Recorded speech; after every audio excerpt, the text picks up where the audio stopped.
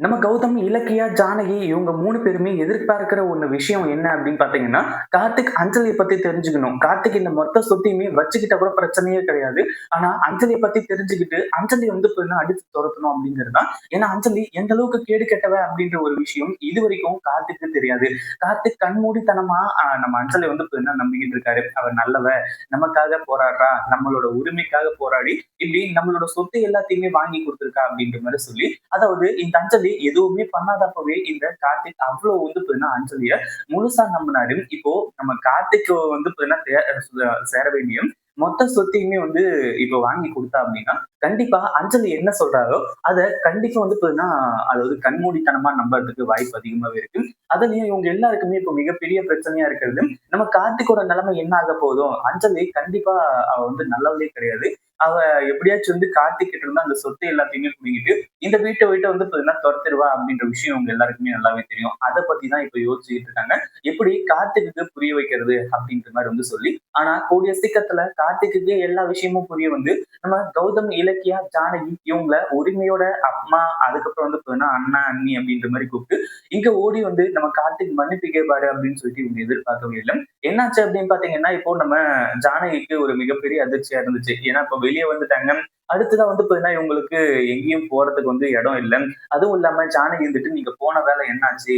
நீங்க இப்போ வீடு எல்லாத்தையுமே கண்டுபிடிச்சிட்டீங்களா? அப்படின்ற மாதிரி வந்து கேட்கும்போது, அப்பதான் வந்து இப்ப என்ன சொல்றாங்க, வீடெல்லாம் கிடைச்சாச்சு அப்படின்ற மாதிரி. அதுக்கப்புறம் வாடகை எவ்வளவுன்னு கேட்கும்போது ரூ. 10,000 அப்படின்ற மாதிரி சொல்றாங்க. நம்ம ஜானகிக்கு இப்போ அந்த 10,000 மிக பெருசா இருக்கு. ஏன்னா இதுக்கு முன்னாடி ரூ. 10,00,000 அப்படின்னா கூட அசால்ட்டா வந்து இப்ப அவங்க வந்து ஹேண்டில் பண்ணிட்டு இருந்தாங்க. ஆனா இப்போ ஒரு வீட்டோட வாடகைக்கு ரூ. 10,000 அப்படின்னும் போது கண்டிப்பா எல்லாருக்குமே மிகப்பெரிய அதிர்ச்சி ஆகும். ஏன்னா அவங்க கிட்ட இப்போ பணம் இல்ல அப்படிங்கிறதுனால. அதே மாதிரி ரூ. 10,000 அதாவது வாடகை அப்படின்னா, அட்வான்ஸ் வந்து அட்லீஸ்ட் 1,00,000 கேட்பாங்களே! என்ன பண்றது? நம்ம கிட்ட இருக்கிறதே அவ்வளவுதானே இருக்கு. இந்த பணத்த வச்சு தான் நீ அடுத்து என்ன பிசினஸ் ஸ்டார்ட் பண்ணுவேன்னு நினைச்சா, இப்படி வந்து ஆயிடுச்சே! அது அப்படின்ற மாரி வந்து சொல்ல ஆரம்பிச்சுட்டாங்க. இல்ல ஜானு நீ அத பத்தி கவலைப்படாத. நமக்கு வந்து பார்த்தீங்கன்னா, இப்போ அட்வான்ஸ் இல்லாம வீடு குடுக்கறதுக்கு தயாராயிட்டாங்க. வீடு எல்லாமே பார்த்தாச்சு. சூப்பரா இருக்கு. நம்ம இப்போ உடனே போயிட்டு பால் வாங்கி பால் காய்ச்ச வேண்டியது தான். அதுதான் வேலை அப்படின்ற மாரி சொல்லிடுறாங்க. இப்போ இவங்க போயிட்டு பால் காய்ச்சி அவங்க வந்து பார்த்தீங்கன்னா சந்தோஷமா இருக்காங்க. ஏன்னா புது வீடு கிடைச்சிருச்சு. இங்க இருந்து அடுத்ததா வந்து பார்த்தீங்கன்னா தங்களோட லைஃப்ப ஸ்டார்ட் பண்ணலாம் அப்படின்ற மாரி நினைக்கிறாங்க.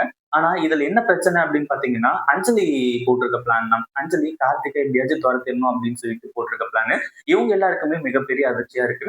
அதுவும் இல்லாம கார்த்திகை எப்படியாச்சும் காப்பாத்தணும். நம்ம அஞ்சலியோட பேச்ச கேட்டுக்கிட்டு, இந்த எஸ்எஸ்கே தாக்ஷாயணியோட பேச்ச கேட்டுக்கிட்டு, அங்க முட்டாள்தனமான காரியத்தை எல்லாத்தையுமே பண்ணிட்டு இருக்கான். அதனால நம்ம தான் அவனுக்கு எல்லாத்தையுமே சொல்லி புரிய வைக்கணும். கௌதம் எப்படியாச்சும் கார்த்திகை சீக்கிரமா காப்பாத்தணும்ப்பா அப்படின்ற மாதிரி வந்து சொல்ல ஆரம்பிச்சாங்க. ஜானு நீ எதுக்கும் கவலைப்படாத அப்படின்ற மாதிரி வந்து சொல்லி நம்ம கௌதம் ஒரு பக்கம் நம்பிக்கை கொடுக்குறாங்க.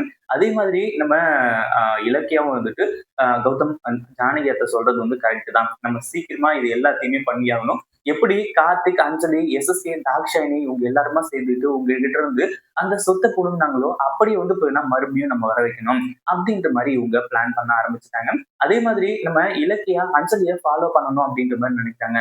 அஞ்சலி எங்க போறா, எங்க வரா, என்ன பண்றா, உண்மையிலேயே கார்த்திக் கூட அவ சேர்ந்து சந்தோஷமா வாழ்வாளா, என்ன ஏது அப்படின்றது எல்லாத்தையுமே அதாவது இந்த சொத்தை வச்சுக்கிட்டு 2 பேரும் ராஜா, ராணி மாரி வாழ்ந்தாங்க அப்டின்னா, அதுல வந்து பாத்தீங்கன்னா, இவங்களுக்கு மிகப்பெரிய அதிர்ச்சியே கிடையாது. மிகப்பெரிய வந்து பாத்தீங்கன்னா, சந்தோஷம் தான் அப்டின்னே சொல்லலாம். ஆனா, அஞ்சலி அப்படிப்பட்டவ கிடையாதுன்னு சொல்லிட்டு இலக்கியாவுக்கு நல்லாவே தெரியும். இலக்கியாவுக்கு அஞ்சலிய சின்ன வயசுல இருந்தே தெரியும். அவ எப்ப எப்படி மாறுவா? உண்மையிலேயே திருந்திட்டாளா? இல்லையா? அப்படின்ற மாரி சொல்லி, உண்மையிலேயே அஞ்சலிய தான் வந்து அதாவது இலக்கியாவ தான் வந்து பாத்தீங்கன்னா, பொளந்து கட்டணும்னு சொல்லணும். ஏன்னா, இதுக்கு முன்னாடியே கார்த்திக்குக்கு அஞ்சலி யாருன்றத புரிய வச்சு இங்கருந்து தொரத்துனாங்க. மறுபடியும் ஒண்ணு சேர்க்கிறேன் அப்படின்ற மாரி வந்து கூட்டிட்டு வந்து, இப்போ மறுபடியும் இந்த வீட்டுக்குள்ள விட்டுட்டு அதுக்கப்புறம் வந்து பாத்தீங்கன்னா, என்ன பண்றதுன்னு சொல்லிட்டு வந்து தெரியாம திரு திருன்னு முழிச்சுட்டு இருக்காங்க. அடுத்ததா என்னாச்சு அப்படின்னு பாத்தீங்கன்னா, இப்போ இலக்கியா இருந்துட்டு இந்த அஞ்சலிய ஃபாலோ பண்ணி அடுத்ததா என்ன பிளான் பண்றாங்க அப்படின்றது எல்லாமே தெரிஞ்சு போச்சு. அதுலயும் உங்களுக்கு மிகப்பெரிய அதிர்ச்சியா இருக்கிறது, கௌதம் பேர்ல இருந்த கம்பெனி இப்போ அஞ்சலி பேருக்கு மாறிட்டு, அதுக்கப்புறம் அஞ்சலி என்டர்பிரைசஸ் அப்படின்ற மாரி பேர்லாம் வந்து பாத்தீங்கன்னா வச்சிருக்காங்க. அப்படின்ற மாரி வந்து சொல்லும்போது மிகப்பெரிய அதிர்ச்சி ஆயிடுச்சு. அதுவும் இந்த ஒரு விஷயம் எல்லாமே எப்படி தெரியுது அப்படின்னு பாத்தீங்கன்னா, நம்ம கௌதம் வந்து இதுக்கு முன்னாடி அந்த கம்பெனில எம்டியா இருக்கும்போது அங்க இருந்த ஸ்டாஃப் வந்து அதாவது அந்த ஸ்டாஃப்க்கு நிறைய ஹெல்ப் பண்ணியிருக்காங்க. அவரு தான் வந்து பார்த்தீங்கன்னா, இப்போ வீடு குடுத்ததுல இருந்து கம்பெனியில நடக்கிற விஷயங்கள் எல்லாத்தையுமே சொல்லிட்டு இருக்காங்க. இத கேட்ட உடனே அதாவது அஞ்சலி மேடம் வந்து பார்த்தீங்கன்னா, இப்படி பண்ணிக்கிட்டு இருக்காங்க. இதுக்கு மேலயும் நீங்க இங்கேயே இருந்தீங்க அப்படின்னா, கண்டிப்பா அது மிகப்பெரிய பிரச்சனையில தான் போய் முடியும். சீக்கிரமா எப்படியாச்சும் கார்த்திக் சார காப்பாத்துங்க அப்படின்ற மாரி சொல்லியிருந்தாங்க. அதனாலேயே தான் இப்ப இவ்வளவு சீக்கிரமா எல்லா முடிவுமே எடுத்தாங்க.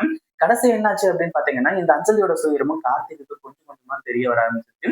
அதாவது எஸ்எஸ்கே, தாக்ஷாயணி இவங்க கூட சேர்ந்துகிட்டு அஞ்சலி பேருக்கு வந்து பார்த்தீங்கன்னா, அந்த சொத்தை எல்லாத்தையுமே மாத்தணும் அப்படின்ற மாரி பார்க்குறாங்க.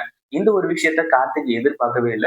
சரி இது நார்மலான விஷயம் அப்படின்ற மாரி இருந்தாலுமே கூட, கடைசியில அஞ்சலியோட பிளான் முழுக்க முழுக்க கார்த்திக்கு தெரிய வந்துருது. அதாவது இந்த மொத்த சொத்தையுமே எப்படியாச்சும் கொஞ்சம் கொஞ்சமா வந்து என்னோட பேருக்கு மாத்திட்டு, அதுக்கப்புறம் வந்து பார்த்தீங்கன்னா, நம்ம 2 பேர் மட்டும் தான் இந்த சொத்துக்கு அதிபதி அப்படின்ற மாரி சொல்லி, இந்த சிந்தாமணி கிட்ட அஞ்சலி சொல்லிட்டு இருந்திருக்கா. அந்த ஒரு விஷயத்த கேட்டுட்டு தான் கார்த்திக் பயங்கர அதிர்ச்சி ஆக ஆரம்பிச்சுறாங்க.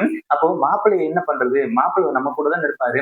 இப்ப சொத்து அவர் பேர்ல இருக்கு. அவரும் அவரு கூட தான் நம்ம இருக்கோம். இனிமே எதுக்காக உன் பேர்ல மாறணும் அப்படின்ற மாரி அஞ்சலி கேட்கும்போது, இல்ல கார்த்திக் வந்து இப்ப இனிமே நம்ம வச்சுக்க போறதே கிடையாது.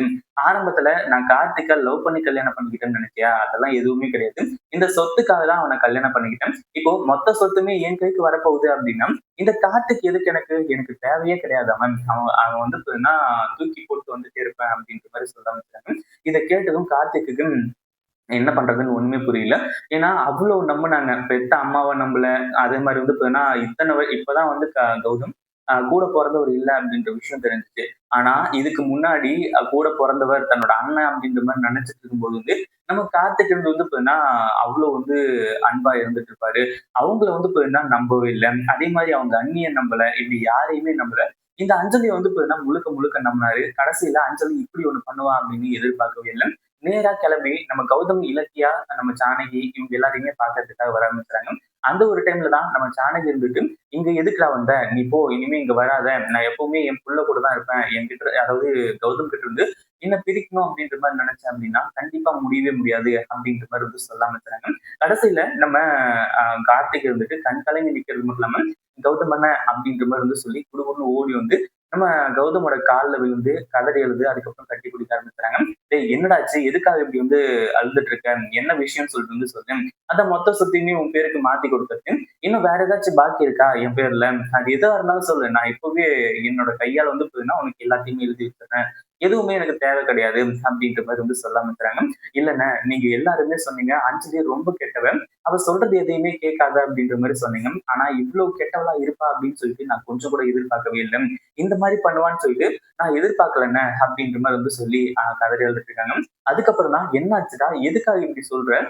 அதாவது என்ன பண்ணா அஞ்சலி அப்படின்ற மாரி கேட்கும்போது, நம்ம அதாவது உங்க பேர்ல இருந்த சொத்து எல்லாத்தையுமே என் பேருக்கு மாத்துறதுக்காக அவ போராடினா.